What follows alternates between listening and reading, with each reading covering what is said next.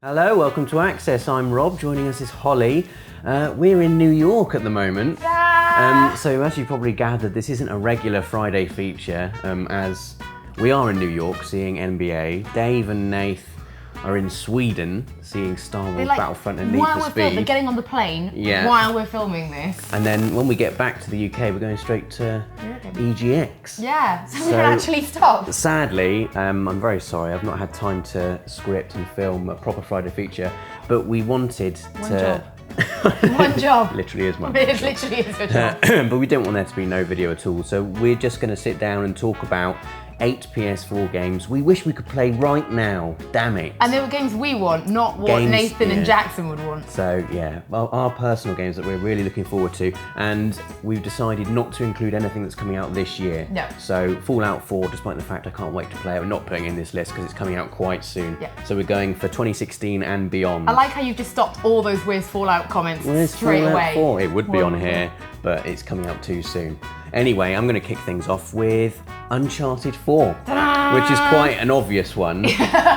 But my God, it looks unbelievable. I mean, we saw the trailer at E3. Yes. And then the extended gameplay trailer came out, stunning. which is still the most amazing thing I've ever seen a video game do, I think. It was on a 4K TV as well. It was almost like massive TVs. It was like a 70-inch television, and everyone was just like... It was amazing. I mean, I'm a massive nerd for little weathery tech things. Yeah, I'm a massive nerd. But I like water effects. I like fire effects. I like little things that don't really matter but just look great. And the new thing for Uncharted 4 is mud. Is that your new thing? Yeah, the way it cakes all over Nathan's top. And it's all sloppy. They're the kind of things, if you take them out of games, people notice that they're not there. But when you put them in, don't necessarily get mud appreciation. We all know what Uncharted 4 is going to be. It's going to be awesome. I mean, the voice performance from Nolan North and Troy Baker, that looks amazing. The mocap, or performance capture I should say, it's not just mocap, it's the whole face that's being captured. The set pieces are going to be insane. It's just going to be the game we all know it's going to be. I really want to interview Troy and Nolan together.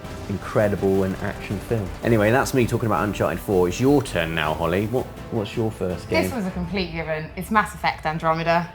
Oh yeah. I'm a massive Mass Effect fan, even though every time I play it, I basically play the same type of Commander Shepard who's mostly Paragon with a dash of Renegade. Because Redhead human who goes around romancing Garrus. Caden. Garrus is your bro. Like, Garrus is your bro for life. Even Mass Effect 2, I didn't romance anyone. Okay. That's... Because you wanted to stay loyal to Caden. I'm the same in Dragon Age. I've played that about 1 million times, and I'm always like the same redhead female, human noble. But Andromeda's gonna be very different, isn't it? Yeah, I was kind of hoping I'd finally get to play as like a badass Commander Elcor, but I think we're still playing uncontrollable anger. I'm going to shoot you now. Which would be beautiful, but I think we're still playing as humans. I think they kind of said that on their blog, and we haven't seen much.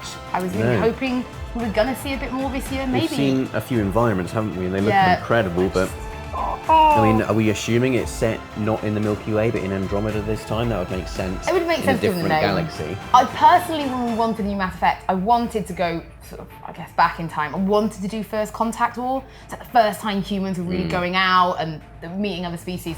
But this is set apparently way after, which to me means things like Commander Shepard, just sort of dead and gone.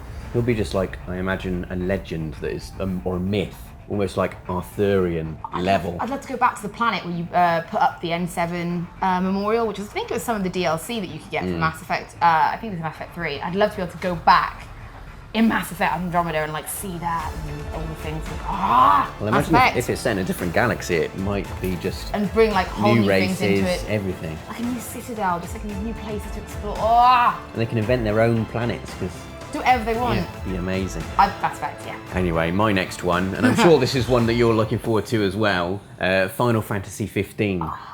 Which we're crossing our fingers is going to be coming in 2016. It's not got a confirmed release date yet. No, they've said 2016. Oh, have they? They have said 2016. So they had the Dawn trailer. We've had the Dawn 2 trailer now, which has dropped recently. It's about to sound Don't Let Me Down. Looking awesome. But it looks like to me a game that is going back to that character focus. Yep.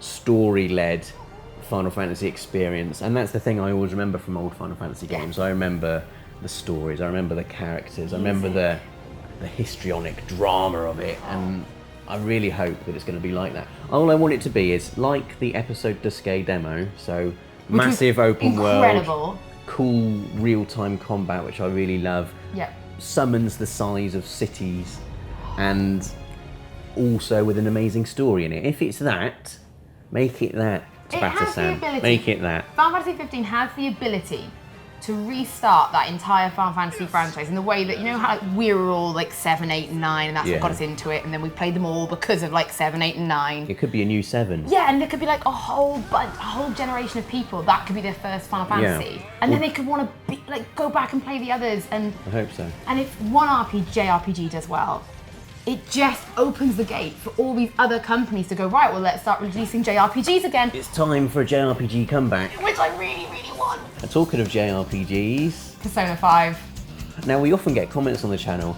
mention Persona 4 more. Talk about Persona. Love Persona. Yeah. Persona 4 Golden. If you own a PlayStation Vita and you have not played Persona 4 Golden, you're doing it wrong. Persona 4 Golden is incredible. In fact, if you don't want to play it on Vita, it works on the PS TV as well, so like you can play it on the big screen. But whatever, just if you have a spare like 200 hours that you don't care about, play Persona 4 and never get them back and have the best time of your life.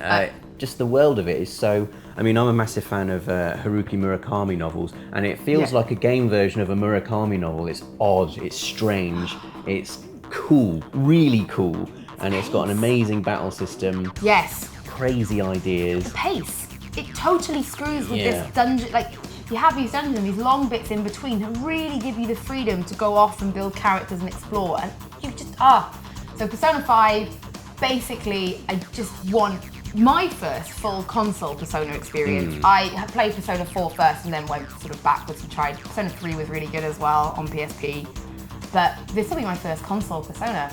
I just really, really, really wanted to say something about a European release date. I know America and Japan have had 15, went back at TGS. Just please, give it to the European. Imagine having a full-blown PS4 Persona. It'd be amazing. I want a Persona PS4. Yeah, anyway, my turn next. Again, another obvious choice. Is a game that's been talked about loads and loads and loads, and every time we see more about it, I get more excited about it. But the time has come, I think, for me to just play it. I really just want to play it now, please. Can you make it come out now, please? Come on, Hello Games. Rob just wants to play it. If you could just for hurry me. up for Rob. For me, please. If you don't know about No Man's Sky, then it's an enormous procedurally generated universe with 18 sextillion planets, which means you'll never, ever, ever see all of it. So we'd all be dead before someone can technically complete No Man's Sky. And the cool thing is you can discover things that no one else has ever seen in this game world, and that's what's really that's what's really exciting for me, to be able to go onto a planet and know I'm the only player who's ever been there.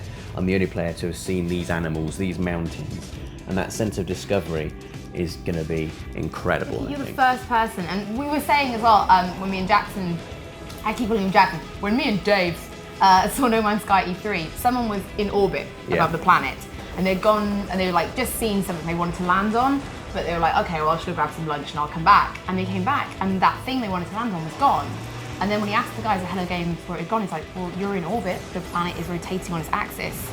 You've left it for a few hours, the planet's rotated, and you'll now have just that. It's cool. That space, it's cool science space. And there are people asking things like, do the planets have day-night cycles?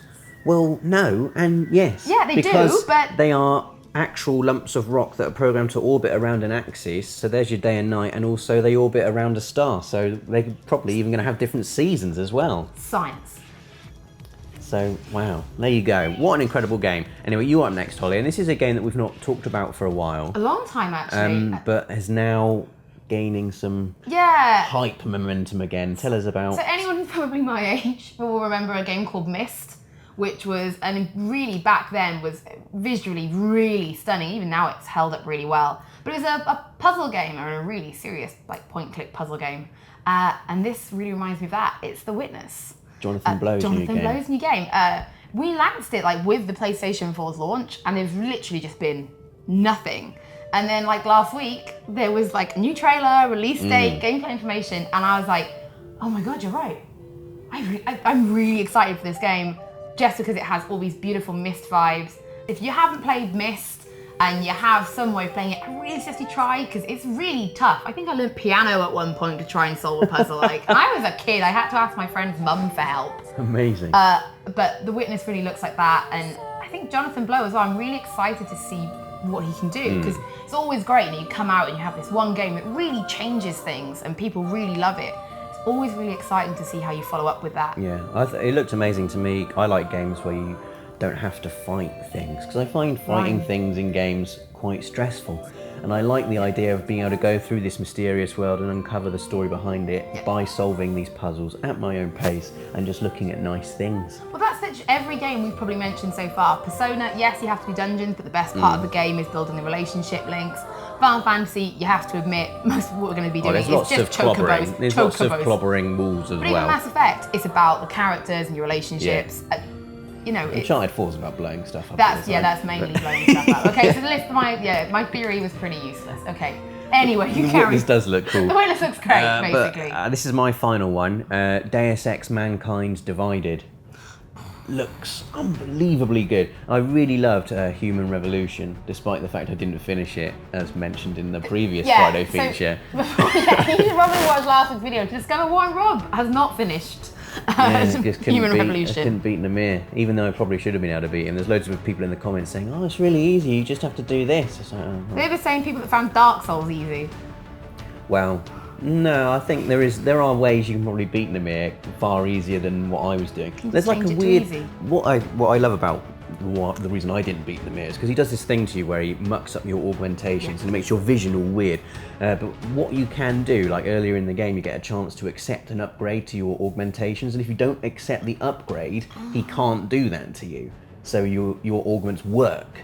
And so this is what I love about Deus Ex. You get these weird little choices where in normal games you think, well, obviously I want to upgrade my chip. Yeah. And just things like that. And Mankind Divided looks like it's going to be doing that, but bigger and better with more augmentations. There's like one where he gets a massive onyx shield around himself. Oh, and he has the matching the sword as well. It's really cool. Badass. And Adam Jensen's an amazing character as well. I saw it at the Gamescom, and I think I saw it at E3. Yeah. I've been quite lucky. I've seen some gameplay of it twice now, and it's really impressive. The non-lethal stuff, especially with bosses, I thought was really, really cool. It's always interesting to see how you can make a game exciting, but technically you get away without fighting or killing anyone. Yeah, you can. Even though it's an action game. Yeah. That's clever. It's kind of RPG choice system, and JJB, I call him, Jonathan Jacques Belletti, the art director. My bruv, JJB. Yeah. I've met him once about 5 years ago. He doesn't know who I am.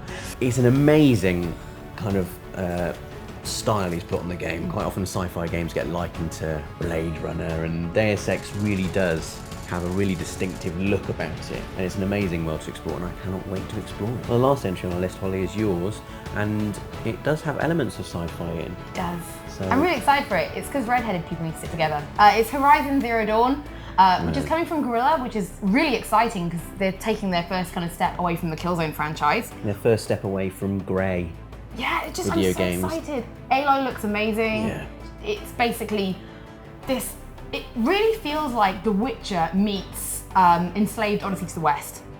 That's the best way I can put it. So it's like if you see things in the distance like you could with The Witcher, you can just go there and explore that tower. Same for that whole world, the quest system, the crafting system, really Witcher-esque, which is a damn good thing because The Witcher was incredible. And then mixed with she looks like Tripp. She really does. And that story is there, and I was just so impressed. We saw a Thunderjaw battle, different from the one they showed at E3. And that thing had something like 90 odd places where you could rip bits off it. I know, that's a really cool thing, isn't it? How you go about tackling these massive things. Like, what are they?